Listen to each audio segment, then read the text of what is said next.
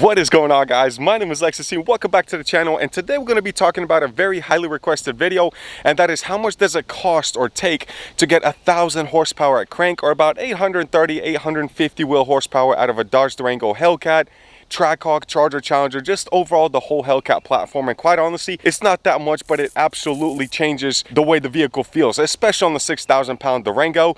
And we're gonna go over everything, even talking about the wheels and tires, because you know, building a motor is one thing, but if you can't put the power down to the ground, it's kind of pointless. So without further ado, guys, let's get this video going. But before we start talking about any of that stuff, guys, and going over the price breakdown, I gotta give you a ride in this thing.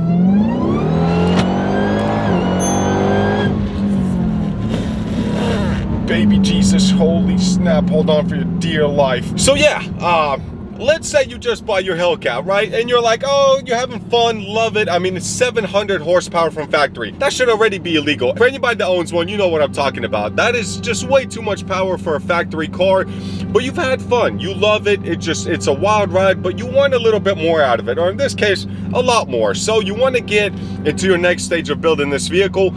It takes a little bit of work, but you also need to realize what exactly you're doing to the car, because to get to the power level of about 1,000 horsepower, I'm pretty sure y'all realize this, you're going to be voiding some warranties. All right, that's just the way it is. So if you got anything wrong with the car now, go ahead and go to the dealership, get it figured out, get it fixed before you start doing the next stage, because after this point, the very first time to hook up to this car, you're done. I don't care if the knob fell off on your DVDs or something stopped working, you're done. They'll be like, nope, your motor's got a pulley on it, can't touch it, man. You voided all your warranties on the whole car. So it's just the way it is. I understand where they're coming from, but in my case, everything is fine. This is only 11,000 mile Durango, and it's already got no warranty, so that's awesome. But this is one wild ride right now, sitting at right at 830 wheel. This car is done by Mass Acceleration Motorsports out of Denver, North Carolina. I will never stop giving them shout outs because they're just amazing. This is probably the third Hellcat they've built for me, from the Red Eye, the Trackhawk, and the other Hellcat I had. Great people, they know what they're talking about. Legitimately the only Hellcat shop that I trust, and they did this thing right. It does run on E85 because that gives you so much more power. So as I said, this is a 830 wheel and right around 830 torque as well, foot-pounds of torque. I'm trying to find the dyno sheet as we speak to show you exactly what we're talking about here. Oh, there it is. There's my magic numbers. So yeah, great. I can't race nobody no more because everybody's gonna know what they are. But yeah, we're running right at, and I'm gonna post a picture of the dyno graph, of course, right at well, 830 and 821 torque. So that power curve right there, boys, is exactly what you want to look at. Look how high it goes. So yeah, you're literally right at 1,000 horsepower. Now, if you're not running E85, you're going to be closer to about 700 or so to the wheels, because running ethanol is just so much better, so much cleaner, so much cooler for the motor as well. So it does help quite a bit. So this Durango right here, as it sits on the tires we have on here, we're running right at 160 60 foot, and then we're running right at, I think the best time I had was 680 in the 8th, which is about a mid to hopefully low second quarter, 10 second quarter mile. So those are some strong freaking numbers for a 6,000 pound Durango. I'm gonna post a video right here of us doing some work at the drag strip, and it's just so wild how fast this thing takes off. It sounds amazing, especially with the leg maker intake that loves to whine, loves to whine. We are still having the stock exhaust, guys, because in my opinion, and I'm pretty sure you guys agree, you want to hear the Supercharger whine over anything else in this car, because that's what really gets the most attention. Well, my wife drives this daily, which she does. Literally, when she goes past the gas station, Walmart, a person driving next to her, the neck snapping that happens whenever they hear this thing pass by, because I've never heard it sound like it is coming out of this car ever in their life. So it just sounds so freaking good. Now we're about to get on this little road here, and I'm gonna give you a little rip and show you exactly why this is just, it's awesome. I'm so happy that I got another Hellcat, especially being all-wheel drive. So you're pulling out on the road, right? That Supercharger just whining. We are in third gear. Golly, man, this is so much freaking fun. I can't get enough of Hellcats, I swear. This thing rips so freaking wild, man. Believe it or not, even with these massive 305, I think, tires, it still spins through first and sometimes second gear at the track. This thing is so freaking crazy, but it does it so well throws you in the seat that you just want to keep doing it, man. You don't even care about the gas mileage, which is not something we're going to talk about in this video. But let's get back to our spot, and then we're going to go over the whole price breakdown as to why or how much it costs to do all this work and why you should really do it. I promise you guys, it's absolutely worth it. Now, there's different levels of how much work you can get done. You don't have to go directly to 1,000 horsepower automatically. You can work your way up by doing just a little bit of work as well. So you can swap out pulleys and stuff like that, and quite honestly keep your warranty doing it that way as well. So let's head back and let's talk more. All right, so after that quick little ride, I hope it kind of showed you what the power output is. But the thing is, what I really wanted to show you is how bipolar the Hellcat platform is, or the Mopar platform is. And what I mean by that is, when you mash that gas pedal, that sucker's screaming, the supercharger's whining, the exhaust is just loud, the car's just ripping and spinning, right? But as soon as you let off the gas pedal, it just sounds like a stock Hellcat. That's what I love about it. This car has no middle ground. It's either you're 100% full throttle or you're just cruising like a regular little Hellcat. So that's what I love about it. Now, for the next part, and let's go ahead and start breaking down the parts price and everything like that. Let's pop the hood, because that is the most important part, and that's what this video is all about. So there is a little bit of work, or quite honestly a lot of work that's done to this thing, and I honestly think that everything we did is really much needed, and you need to do it on yours as well. Do not, and I repeat, do not cut corners on this Hellcat platform, especially a 6.2 motor with has a supercharger on it. Now, why am I saying cutting corners? Cutting corners, I don't mean like, hey, you know, put cheap parts on it. There is no cheap parts on this thing. It's just the way it is. Luckily, that's a good thing, because you never want to cheap out on a Hellcat motor like this with the 8-speed transmission. But what I mean by that is, if your tuner, or if the shop says, hey, you need to pin the crank, or hey, you need to put the diff brace on here, you better do it, guys, because once that sucker snaps, it's going to cost you 10 times more than if you were just to buy a diff brace. So you absolutely need to do that. Like I said, all my work has been done by Mass Acceleration Motorsports, or MXA. I will always rep them. They're also building my 1,000 horsepower F-150 truck, which I'm super stoked about. Should be here in about a week or two. But here is the breakdown, and I'm going to tell you exactly how much this whole parts list right here cost. And it comes out to, quite honestly, right at $8,000. And that is having everything done to get it to exactly at 830 wheel horsepower. All right, so now I just threw this big number at you, and you're probably freaking out like, whoa, okay, that's a little more than you just said. A little, you know, it doesn't cost much. But guys, to get to 1,000 crank horsepower on any other platform, you're going to spend probably about twice as much as that, especially on the Durango like this size, or a Trackhawk, or anything like that. And quite honestly, you need to do pretty much everything that I did on this list in order to make it very reliable. So for anybody that understands how forced induction works, there's two different ways of doing it. You got the blowers, superchargers, prochargers, stuff like that, and then you got the turbos, which are of course the kits that you put that run off of the exhaust. So anytime you put a supercharger on a motor, the way it runs is there's a pulley that literally spins the supercharger, or the blades, that runs off of the belt. What that means is, in order for the supercharger to force air into the motor, you are using the belt and the power from the motor to do so. So there is a little bit more of a drivetrain loss, or power loss. Now on the turbos, like I said, you're running off the exhaust, which is coming out of the car anyway. So you're just spinning the fins in the turbo by just rotating the exhaust through it, and then that other side of it, intake, just forces the air into the motor. So it's less stress on the motor that way than doing it this way. Now, because there is so much stress on the supercharger, of course you do have that instant power and instant torque. So you usually have, you know, that quicker off the line jump with the supercharger, unlike a turbo that takes a second to spool up. But it means that you're stressing this motor a lot. So what needs to be done, so for this next part, guys, I'm going to turn the camera around so you hear me and you see me saying this to you, so I can say I told you so. Hopefully I don't have to, but you need to pin the crank, and you need to pin the supercharger pulley. Why? Because that crank is, or the crankshaft pulley is taking so much stress from having to use the belt to spin the blower over, that it can snap, especially when you go in higher horsepower torque numbers and everything like that. So what they do is they literally drive two more bolts right around the pulley, or the nut itself, or the bolt itself, in order to give it more of a, I guess, connection to the crankshaft itself. I don't know exactly how to explain it, but it needs to be done. So pinning the crank, you absolutely need to do it. Now, when you pin the crank, you absolutely void the warranty, because there's nowhere around it. Any trained eye can look at that crankshaft pulley, know exactly what's done to it, and knows that you will probably at some point pushing more power, even if you put everything back to stock. And then the second thing is pinning the supercharger pulley. Now, why do you need to do that? It is the same exact reason, guys, because whenever you mash on the gas pedal, you're also rotating this pulley and you're just forcing it to rotate the blades inside.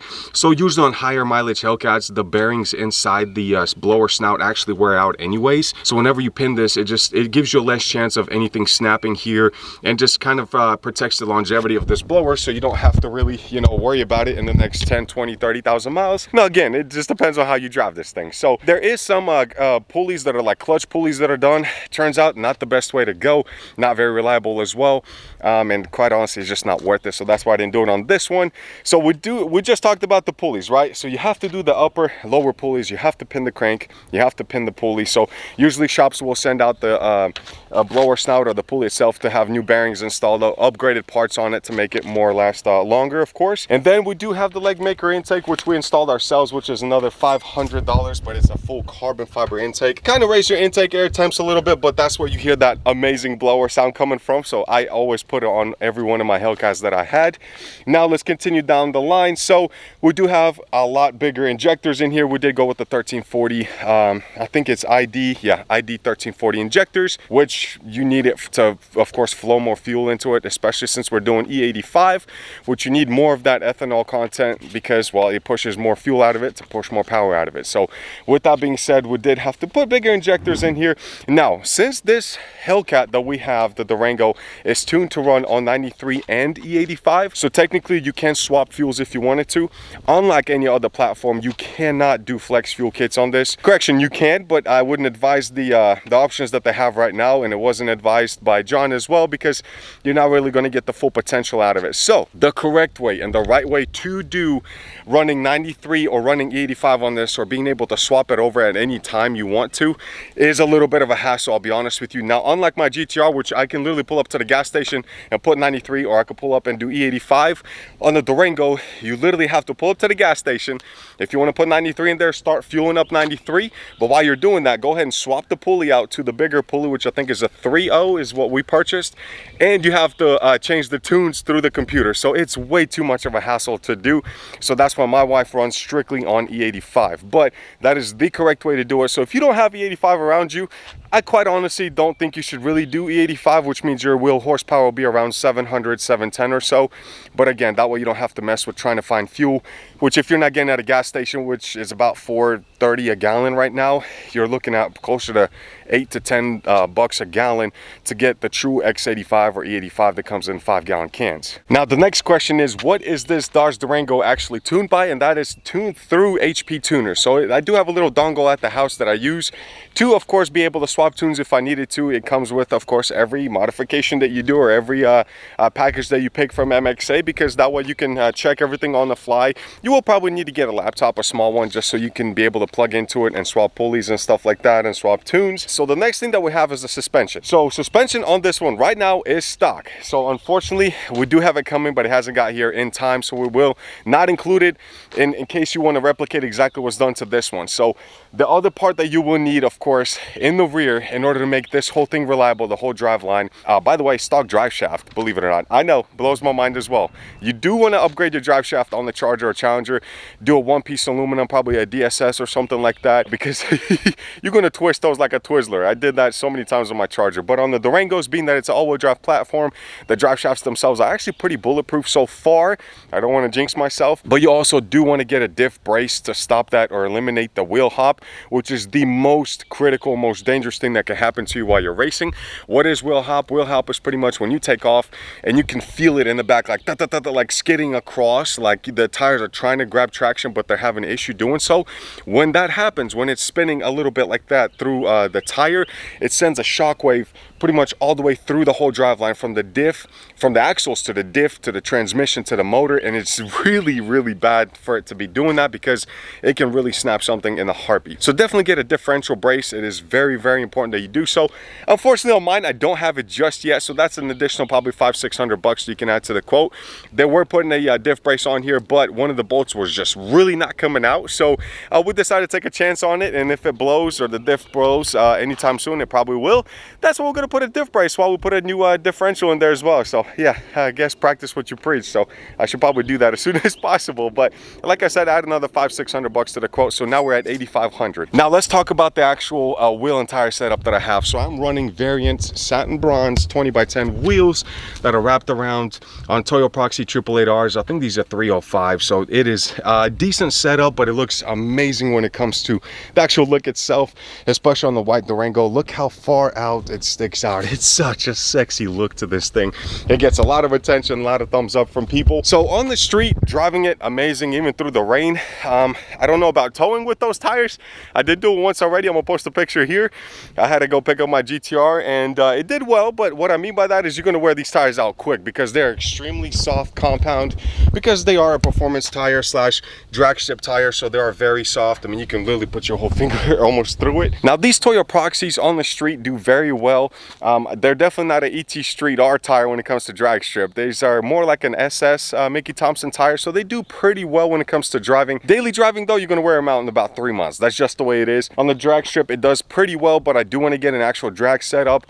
We just definitely wanted to test this whole setup out and to see how it hooks before we start snapping things. And since it's putting the power down decently, spinning a little bit through first and second gear, we're all ready for some Mickey Thompsons, which are a little bit harder to find, but that is the next thing we're gonna do. So that cost me in wheels and tires right around $2,000 for that whole setup there, and quite honestly, it looks good on the street, on the drag strip, everywhere. I mean, the amount of people that stop and stare at it is awesome. So $8,000 to do all the engine work to it, about $500-600 if you want to get the diff brace, or you should get the diff brace. So now we're at $8,500, and about $2,000 for wheels and tires. So you're looking at right around $10,000 to get a 6,000-pound Dodge Durango Hellcat to run less than 3 seconds 0 to 60, or in the mid-6s in the 1/8 mile and the mid-10s in the 1/4 mile. Now if you're talking about Hellcat power wise, you're way lower than that. You're in the low 10s when it comes to 1/4 mile times, and I think low 6s if I'm not mistaken in the 1/8 mile, and 0 to 60 of course is well below 3 seconds as well. So now the real question is it worth doing all that work on a Hellcat for about $10,000 to get close to 1,000 horsepower crank? Yes and yes. Now why am I saying that? Because first off, what I love about the Hellcat platform is whenever you even sell in a Hellcat, I'm like, hey man, this thing's got a pulley, intake, tune, everything done to it.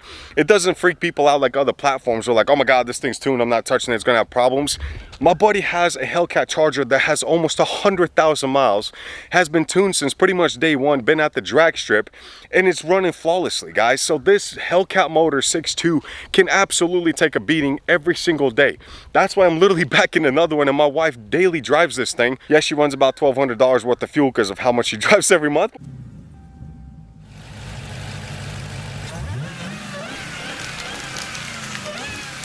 We're not gonna talk about that. That's not something that's very positive about that, but everything else, guys, power output is insane. I mean, golly, dude, it's I can't say enough. If you see me at the track, or if you want to see videos of this thing drag racing, street racing, definitely click on the below and check out the channel. If you like what you've seen, drop a like, drop a comment, tell me what you think about this. Would you modify a Dodge Durango? Do you have a Hellcat? What is your goals with it? My goal, my wife doesn't know this yet, is to get this to probably 1,100 wheel horsepower. So I don't know how daily drivable it's going to be, but we're going to definitely test that out and find out. So if you want to see that, definitely subscribe down below. Or if you want to see a GTR get to 1,000 horsepower, we'll have one of those, and we'll have a F-150 single cab regular bed truck that we're building as well. So there's a lot happening. Thank you guys so much for all your support. Thank you so much for watching the channel. Enjoy your lives, enjoy your cars, and I will see you next time. Peace.